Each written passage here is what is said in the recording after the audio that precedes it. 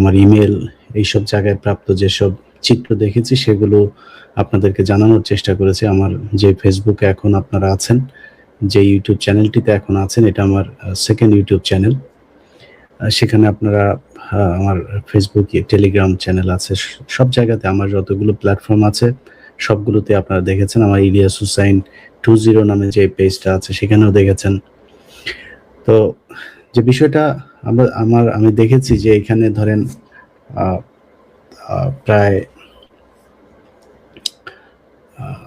অর্ধ শতাধিক আসনে বিভিন্ন ধরনের অনিয়ম হয়েছে। তবে যেটা সত্য কথা সেটা হচ্ছে যে খুব এরকম একটা নির্বাচনে যে বিশাল আকারের সহিংসতা হয়েছে সেটা হয় নাই। সেটার একটা বড় কারণ হচ্ছে কিছু কিছু জায়গাতে জামায়াতে ইসলামের লোকজন, এনসিপির লোকজন যারা প্রতিদ্বন্দ্বিতা করছেন, তাদের যেই প্রতিদ্বন্দ্বী তাদের কিছু কিছু সন্ত্রাসীদের এলাকাগুলোতে, যেমন গিয়াসউদ্দিন আল মামুনের ভাই হাফিজ ইব্রাহিম ভোলাতে সে ব্যাপক তাণ্ডব চালিয়েছে এবং সেখানে অনেক মানুষজন ভোট দিতে গিয়েছে, তাদেরকে ভোট দিতে যেতে দেওয়া হয়নি। চুয়াডাঙ্গাতে 12টা 1টার পরে কোনো মানুষকে ভোট দিতেই যেতে দেওয়া হয়নি। তারা সবাই কি মনে করেছে এরা হচ্ছে ধানের শীষের বিরুদ্ধে পার্টি। আমার যে ফেসবুক পেজ আছে সেখানে আপনারা দেখেছেন যে ধানের শীষের যে প্রার্থী ধর্ষক শরীফুজ্জামান শরীফ, তার ভাই সাবেক ছাত্রলীগ নেতা এবং গোল্ড স্মাগলার শহীদুজ্জামান টরিক, এই টরিক হচ্ছে গিয়ে একটা ভিডিওতে আমার ফেসবুক পেজেও আছে, সেটা সে সরাসরি একজনকে বলছে যে তোরা যে দাঁড়িপাল্লায় ভোট দিবি আমরা জানি, ভোট দেওয়ার দরকার নেই, চলে যা। তো এবং তোরা ভোট দিলেও লাভ হবে না, রেজাল্ট আমরাই আসবে, তো যদি বিশ্বাস না হয় তাহলে তুই শহরে কেউ থাকলে তার ফোন দিয়ে জিজ্ঞেস কর।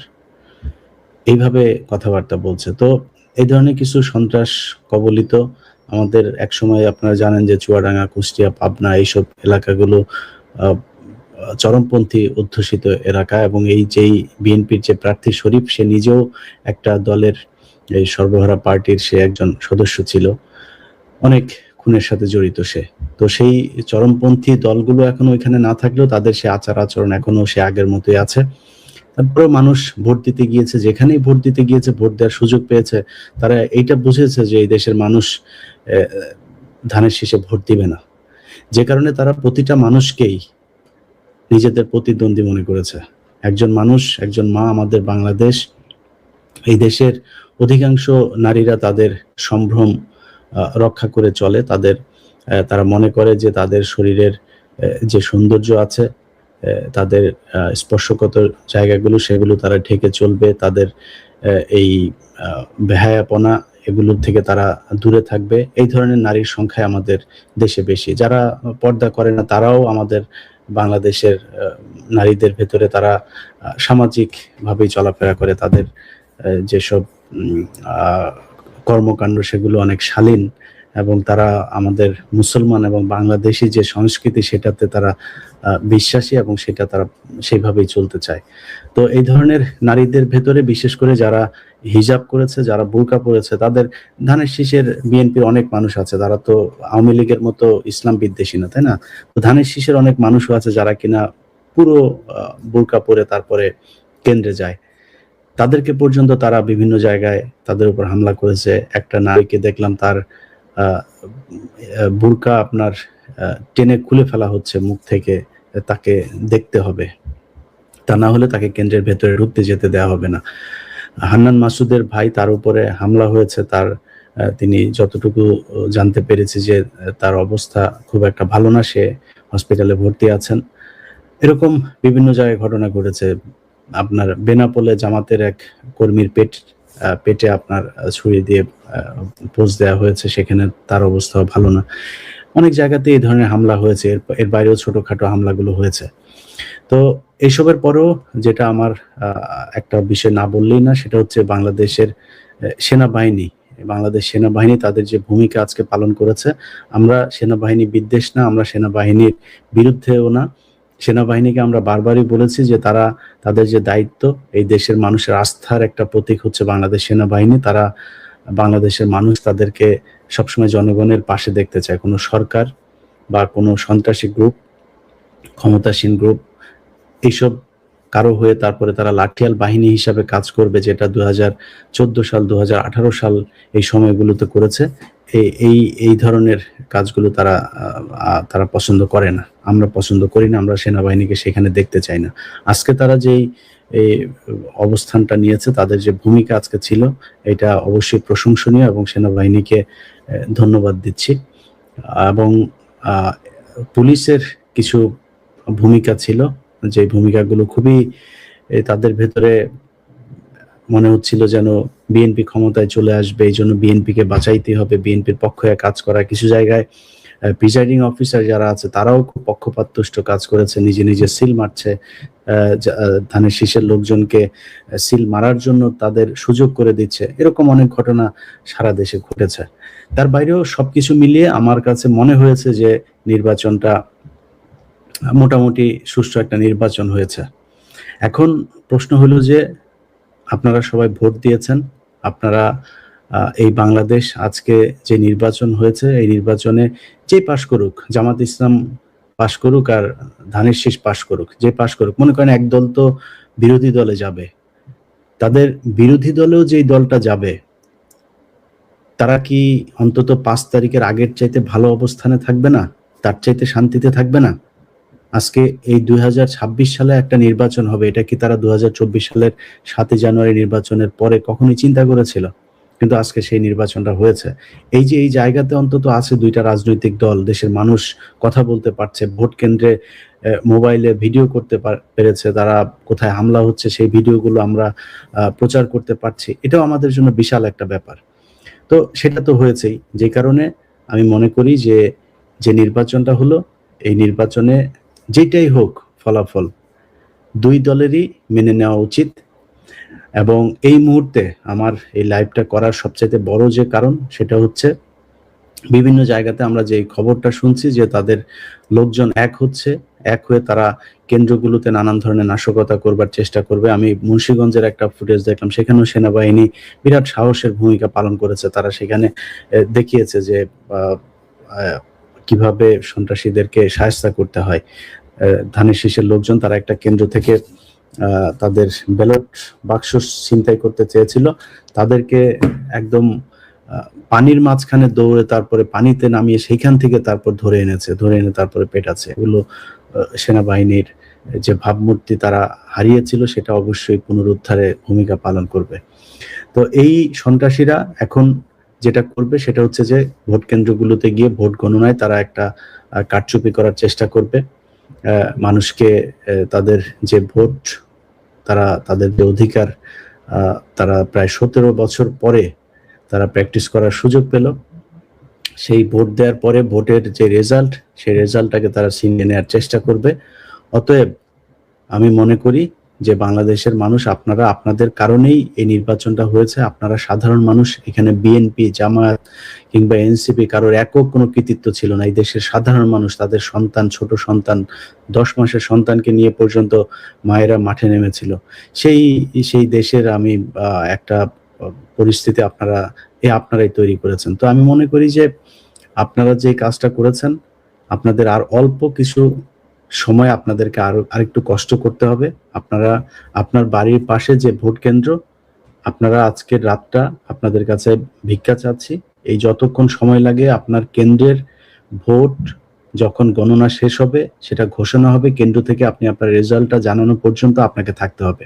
সেখানে কোনো গ্রুপ, সেটা বিএনপি হোক আর জামাত হোক, আমার নির্দিষ্ট কোনো দলকে বলছি না, যেই আসবে সেখানে যদি তারা এই ভোট নিয়ে কারচুপি করার চেষ্টা করে, ভোট কেন্দ্র দখলের চেষ্টা করে, ভোটের ব্যালট বাক্স ছিনতাইয়ের চেষ্টা করে, ভোট গণনায় কোনো ধরনের ঝামেলা করার চেষ্টা করে, আপনাদেরকে প্রতিহত করতে হবে।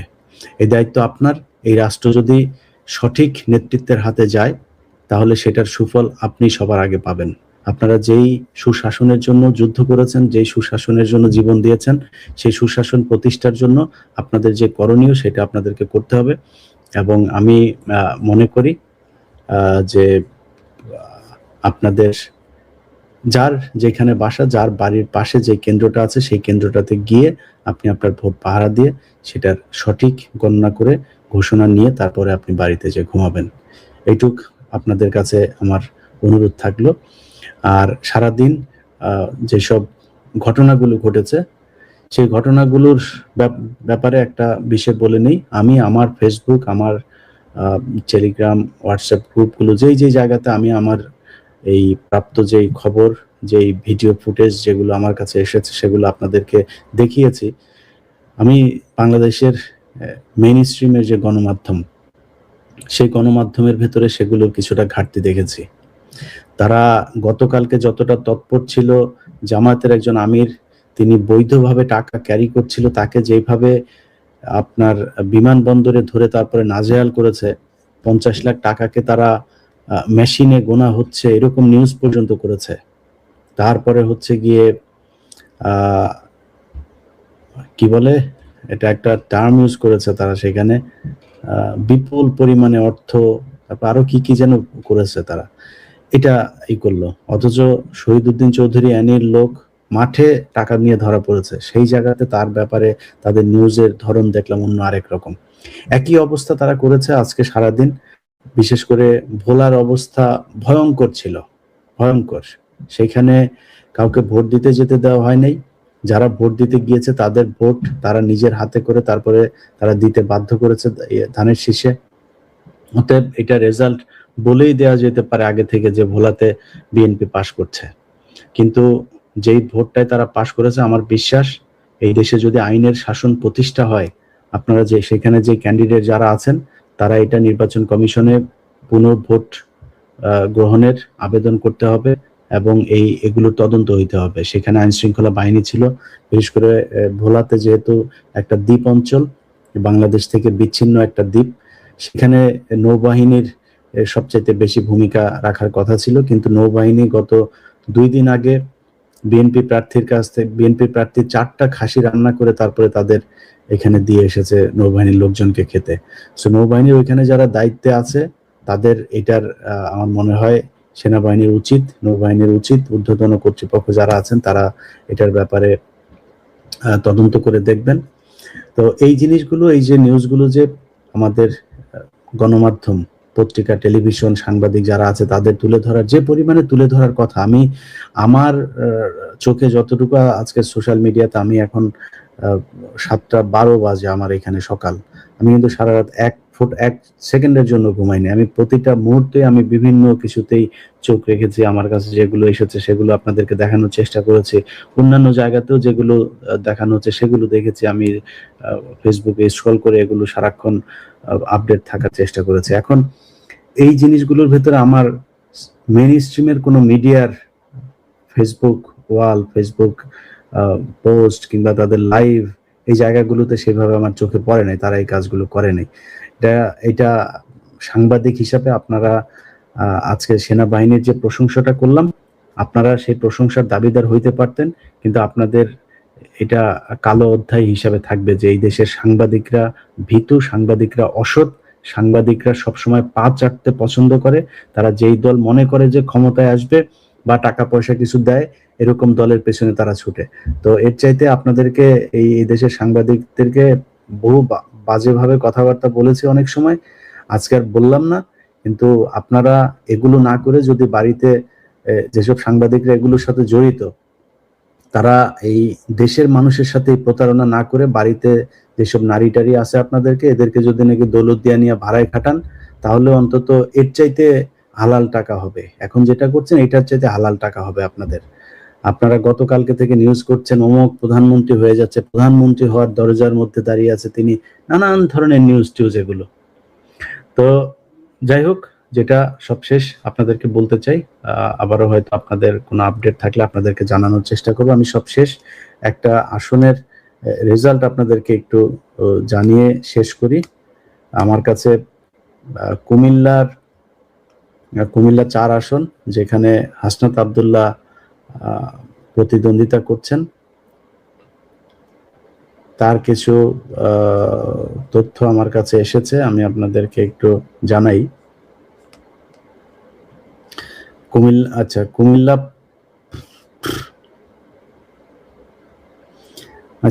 কুমিল্লা 5 রামচন্দ্রপুর প্রাইমারি স্কুল কেন্দ্র, সেখানে দাঁড়িপাল্লায় এগিয়ে আছে। আমি ভোটের সংখ্যাটা এখনো পাইনি।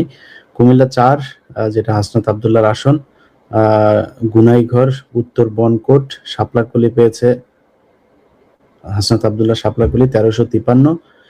ট্রাক মার্কা পেয়েছে হচ্ছে 783। আপনারা জানেন যে হাসনাত আব্দুল্লাহর যে আসনটা আছে সেই আসনে বিএনপির যে প্রার্থী দুর্নীতিবাজ ব্যাংকের টাকা লুটপাটকারী মঞ্জু, তার আদালতের রায়ে তার প্রার্থিতা বাতিল হয়েছে। বাতিল হওয়ার পরে সেখানে বিএনপি গণ অধিকার পরিষদের যে ট্রাক মার্কা আছে সেই ট্রাকে চড়ে তারপরে তারা চেয়েছিল হাসনাতকে হারাবে। এটা নিয়ে গতকাল যেই বিএনপি প্রার্থী তিনি যার প্রার্থিতা বাতিল হয়েছে তিনি ঘোষণা দিয়েছিলেন যে বিএনপি ক্ষমতায় আসবে, তার প্রার্থিতা বাতিল হলো, বিএনপি যেহেতু ক্ষমতায় আসবে, বিএনপি ক্ষমতায় আসলে নাকি মানুষের বাড়ি ঘরটর সব তারা জ্বালিয়ে দেবে, পুড়িয়ে দেবে, এরকম ধমক দিয়েছে। এরপরে সেই বক্তব্য ভাইরাল হওয়ার পরে বিএনপি আবার দাসারা ভাবে তাকে বহিষ্কার করেছে দল থেকে। কিছুক্ষণ পরে সে আবার ফেসবুকে এসে ঘোষণা দিয়েছে যে না, মহাসচিব আছে হচ্ছে ঠাকুরগাঁও, তারপরে দপ্তর সম্পাদক রিজভী হচ্ছে হসপিটালে আছে, তারেক রহমান ব্যস্ত, আমাকে কেউ করে না, এটা ভুয়া খবর। সো এই বহিষ্কারের বিএনপির যে নাটক, এই নাটক আমরা বহুদিন ধরে দেখছি। যাই হোক, সে বহিষ্কার হোক না হোক, বিএনপিতে চোর বাটপার এগুলো থাকবে। এটা মোটামুটি এখন চোর বাটপারদের দল, এরকম একটা পরিস্থিতি হয়ে দাঁড়িয়েছে। এটা নিয়ে আমাদের কোনো সমস্যা নাই। তো তিনি যাওয়ার পরে এখন ট্রাকের উপরে চড়ে ধানের শীষ হাসনাত আব্দুল্লাহকে হারানোর জন্য চেষ্টা করেছিল।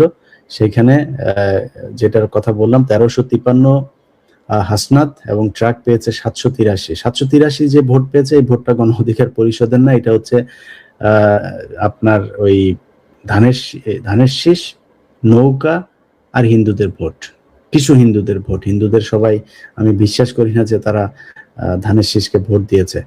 কুমিল্লা 4 জয়পুরে শাপলাকলি পেয়েছে 1370 ভোট, ট্রাক পেয়েছে 340 vote. Comilla 4 Dhamti model school কেন্দ্র শাপলাকলি পেয়েছে 1906 ভোট, ট্রাক পেয়েছে 402 ভোট। তারপরে কুমিল্লা 4 ছোট শালঘর শাপলাকলি পেয়েছে 1167, ট্রাক পেয়েছে 560 ভোট। কুমিল্লা 4 65 নম্বর রাজা মেহের হাই স্কুল শাপলাকলি পেয়েছে 1475, ট্রাক পেয়েছে 451। ওয়াহেদপুর কেন্দ্র শাপলাকলি পেয়েছে 1972, ট্রাক পেয়েছে 239। কুমিল্লা 4 শাপলাকলি পেয়েছে 2417, ট্রাক পেয়েছে 293। সুবিল কেন্দ্র হাসনাত পেয়েছে শাপলাকলি 1600, নিকটতম প্রতিদ্বন্দ্বী, ট্রাক পেয়েছে 200। তো আমার কাছে কুমিল্লার ওইখানকার আরো কিছু আসে, তো আমার মনে হয় আপনাদেরকে আরো জানাইতে পারবো আরো কিছু। আচ্ছা, একটা সেকেন্ড, আরেকটা কেন্দ্রের বোধহয়। আচ্ছা, আমাদের একটু আপনাদেরকে শোনাই। হ্যাঁ, একজন ফোন করেছে, সে একটা তথ্য দেওয়ার জন্য। হ্যালো, ওয়ালাইকুম আসসালাম ভাই, কি অবস্থা? ভাই মাসুদ ভাই তো ভূমিধস বিজয়ের পথে। ওই যে অপর প্রার্থী মনে হয় যে 20% ভোট পাইছে, সে যেটা পাইছে তার থেকে। আচ্ছা, একটা কিন্তু দেখলাম যে 1100 ভোট পাইছে সে, আর অপরজন পাইছে 150। এরকমই হচ্ছে প্রত্যেকটা কেন্দ্রে। কয়েকটা কেন্দ্রের ফলাফল বলতে পারবেন? হ্যাঁ, দুইটা কিন্তু পাইছি একেবারে শিওর সহ। সেটা হচ্ছে কালাইয়া মাধ্যমিক বিদ্যালয়, এটা হচ্ছে মোট ভোট করছে 1760, মাসুদ ভাই পাইছে 1105, শহীদুল আলম তালুকদার 285। এরপরে হচ্ছে আরেকটা কেন্দ্র হচ্ছে রামনগর তাঁতিরকাঠি সরকারি প্রাথমিক বিদ্যালয়, মোট ভোট পড়ছে 1196, মাসুদ ভাই 667, শহীদুল আলম তালুকদার 339। দুইটা পাইছি, আরো অনেকগুলোই পাবো এখন হাতে। আমি ওই যে টেক্সটটাও পাঠাই দিচ্ছি ভাই। ওকে, ঠিক আছে, আমার তাহলে আপনি টেক্সটটা দিয়ে দেন, আমি এটা আমরা আস্তে আস্তে আপডেট জানাইতে থাকবো আর কি। ঠিক আছে, ওকে ভাই, ঠিক আছে। যাক, আপনারা ডক্টর শফিকুল ইসলাম মাসুদ এই গেল 15 বছর 17 বছরে চরম নির্যাতনের শিকার। এই শেখ হাসিনা সরকারের যেই নিষ্পেষণ, সেই নিষ্পেষণে শফিকুল ইসলাম মাসুদ তার গর্ভবতী যে স্ত্রী তাকেও নির্যাতন করা হয়েছে এবং তার একটা সন্তান গর্ভপাত হয়েছে। তো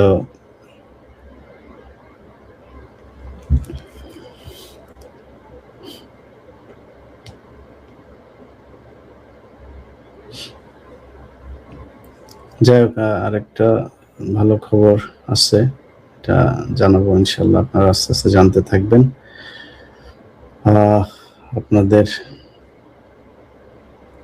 আপনাদের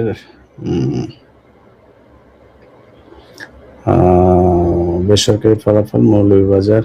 আচ্ছা, আপনাদের আরো কয়েকটা রেজাল্ট আপনাদের জানাই। হ্যাঁ, আচ্ছা, আমার লাইভ যারা দেখছেন, আমার লাইভ যারা হয়তো যেখানেই থাকেন, আপনাদের কাছে অনুরোধ থাকবে ফোনটা হাতে নিয়ে আপনারা আপনার বাসার পাশে, বাড়ির পাশে যে কেন্দ্র আছে সেই কেন্দ্রে আপনাদেরকে চলে যেতে হবে। ভাই, আপনাদের কাছে অনুরোধ, মা, বোন, ভাই যারা আছেন সবাইকে ভোট কেন্দ্রে চলে যেতে হবে।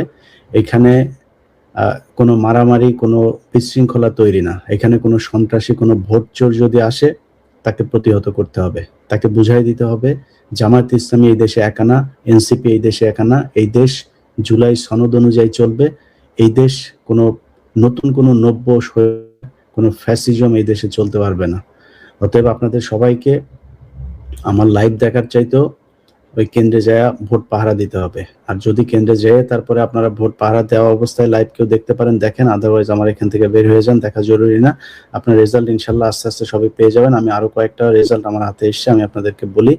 মৌলভীবাজার 1 বড়ধামাই সরকারি প্রাথমিক বিদ্যালয় দাঁড়িপাল্লা পেয়েছে 946 ভোট, ধানের শীষ পেয়েছে 386 ভোট, পকুয়াতে পেয়েছে দাঁড়িপাল্লা 1011 ভোট, ধান পেয়েছে 505 ভোট, টালিয়াউড়া সরকারি প্রাথমিক বিদ্যালয়ে দাঁড়িপাল্লা পেয়েছে 930, ধান পেয়েছে 500, হাতুলিয়া সরকারি প্রাথমিক বিদ্যালয় কেন্দ্রের ফলাফল, দাঁড়িপাল্লা পেয়েছে 924, ধানের শীষ পেয়েছে 311,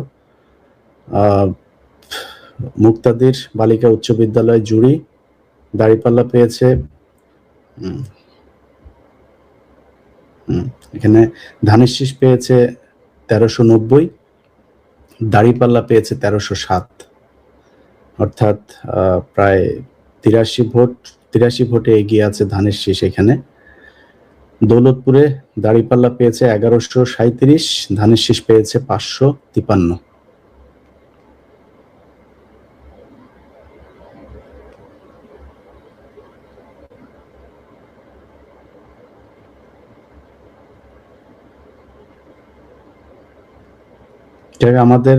আমাদের কাছে যদি আরো আপনার তথ্য আসে, সেই তথ্য আপনাদেরকে জানানোর চেষ্টা করব।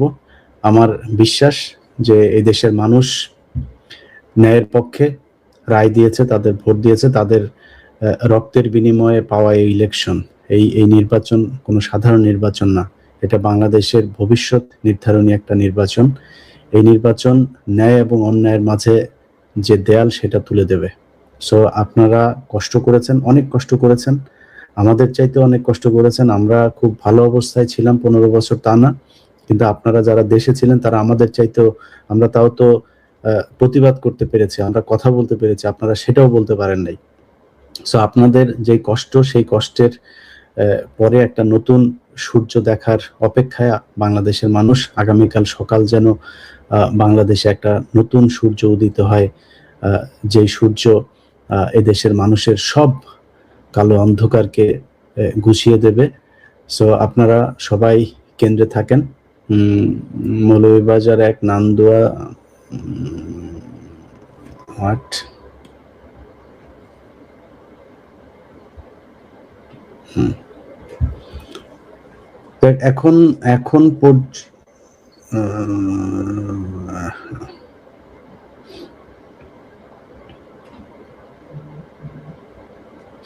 এখন পর্যন্ত যতগুলো খবর পাওয়া যাচ্ছে,